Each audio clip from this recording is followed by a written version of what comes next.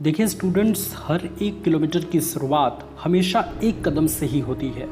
अगर आप एक ऐसे स्टूडेंट हैं जो 1 किलोमीटर दूर पहुंचना चाहते हैं तो सबसे पहले आपको अपना पहला कदम बढ़ाना पड़ेगा, क्योंकि एक एक कदम मिला के ही आप 1 किलोमीटर दूर पहुंच सकते हैं। ठीक इसी तरीके से स्टूडेंट्स, अगर आप चाहते हैं कि आपके पूरे 1 साल की तैयारी सबसे बेहतर हो तो आपको प्रत्येक दिन की तैयारी बेस्ट बनाना होगा, क्योंकि एक एक दिन मिल के ही 1 साल का निर्माण होता है। इसलिए आज इस वीडियो के माध्यम से मैं कुछ ऐसी चीज़ें आपको बताने वाला हूं जिससे आप अपने प्रत्येक दिन को बेहतर बना पाएंगे और प्रत्येक दिन में अपना जो भी टारगेट आपने सेट किया है उस पूरे टारगेट को पूरा कर पाएंगे। और यकीन मानिए, अगर आपका एक एक दिन बेहतर बनते जाता है तो आपके पूरे साल की तैयारी सबसे अच्छी होगी और दुनिया की कोई भी ताकत आपको अपने एग्ज़ाम्स में बेहतर प्रदर्शन करने से नहीं रोक सकती। आइए स्टूडेंट्स, अपने इस वीडियो की शुरुआत करते हैं।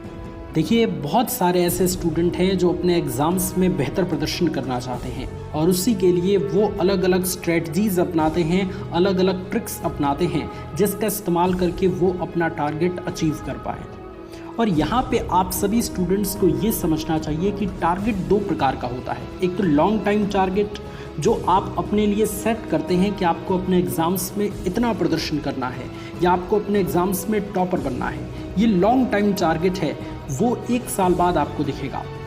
और एक होता है डेली टारगेट सेट करना। तो अगर आप एक ऐसे स्टूडेंट हैं जिनसे कोई भी टाइम टेबल फॉलो नहीं हो पा रहा तो आप इस ट्रिक का इस्तेमाल ज़रूर करिए कि अपने लिए डेली टारगेट सेट करिए। डेली इस तरीके का टारगेट सेट करिए कि मुझे कोई 5 काम ज़रूर करना है और ये 5 काम में आप अपने स्टडी से रिलेटेड टारगेट को सेट करिए।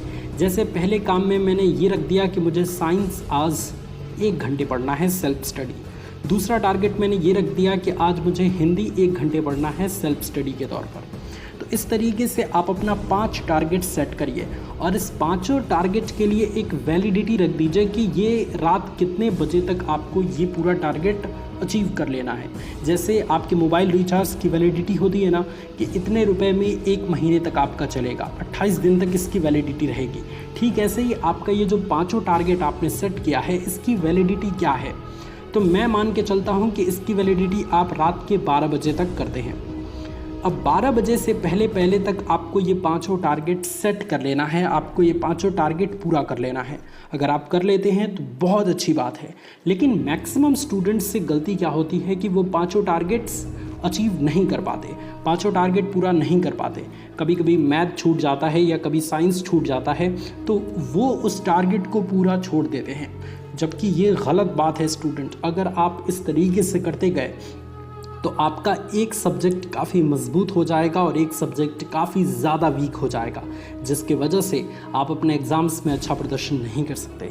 इसलिए मैं आपको यहाँ पे एक टेक्निक बताना चाहूँगा कि अगर मान लीजिए आपका 4 टारगेट आज पूरा हो चुका है और 5वां टारगेट आपका पूरा नहीं हुआ, तो 5वें टारगेट में आपने जो भी रखा है, फॉर एग्ज़ाम्पल आपने रखा है कि मैथमेटिक्स आपको आज 2 घंटे पढ़ना है, ठीक है। अब आपके पास चूँकि 11 बज रहे हैं और आप 2 घंटा आप नहीं पढ़ सकते क्योंकि आपकी वैलिडिटी बस 1 घंटे बची है। 12 बजे तक ही आपकी पूरी वैलिडिटी है टारगेट की। तो आप क्या करिए कि 1 घंटे ही पढ़ लीजिए मैथमेटिक्स, ठीक है।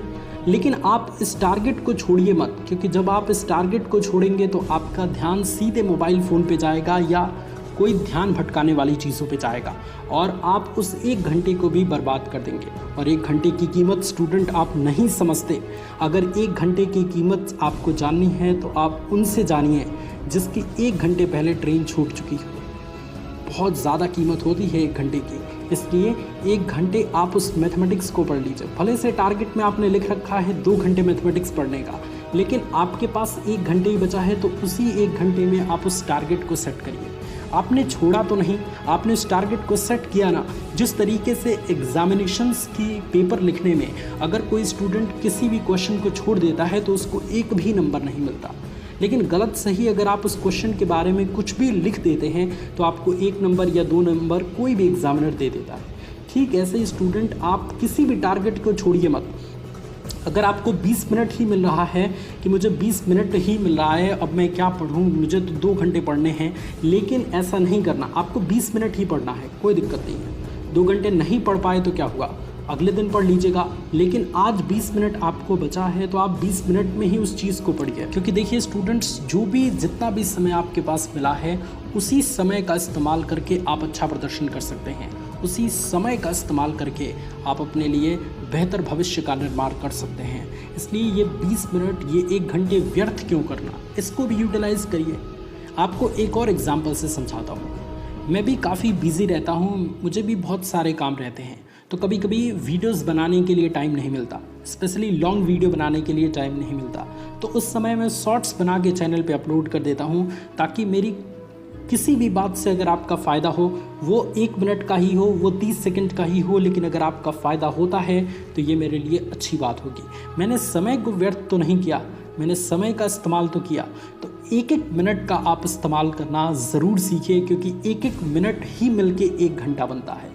और अगर आप अपने 1 घंटे को बेहतर बना लेते हैं तो 1-1 घंटे ही मिलके 1 दिन बनता है। तो आपने अपना 1 दिन को बेहतर बना लिया। और अगर आप अपने प्रत्येक दिन को बेहतर बनाते गए तो आपका पूरा सप्ताह बेहतर होता जाएगा। और अगर आपने अपने पूरे सप्ताह को बेहतर बना लिया तो आपका पूरा महीना बेहतर बनता जाएगा। और धीरे धीरे प्रत्येक महीने को अगर आपने बेहतर बनाना सीख लिया तो आपके पूरे साल को बेहतर बनाने से कोई नहीं रोक सकता। और आपके एग्जामिनेशंस की पूरी तैयारी साल भर की बहुत बेहतरीन होगी। इसलिए 1-1 मिनट की कद्र करिए। 1-1 मिनट में आप ये सोचिए कि आप इस 1 मिनट में क्या कर सकते हैं। अगर आपके पास 5 मिनट ही है तो आप इस 5 मिनट में कोई एक क्वेश्चंस को सॉल्व कर सकते हैं कि नहीं। अगर कर सकते हैं तो तुरंत कॉपी पेन उठाइए और उस क्वेश्चन को सॉल्व करना शुरू कर दीजिए, क्योंकि उस 5 मिनट में आपने उस क्वेश्चन को सॉल्व किया, आपके पास ये चीज़ लिखित में मिलेगी। तो इसलिए अपने 1-1 मिनट का सही इस्तेमाल करना सीखिए। Thank you so much students for watching this video.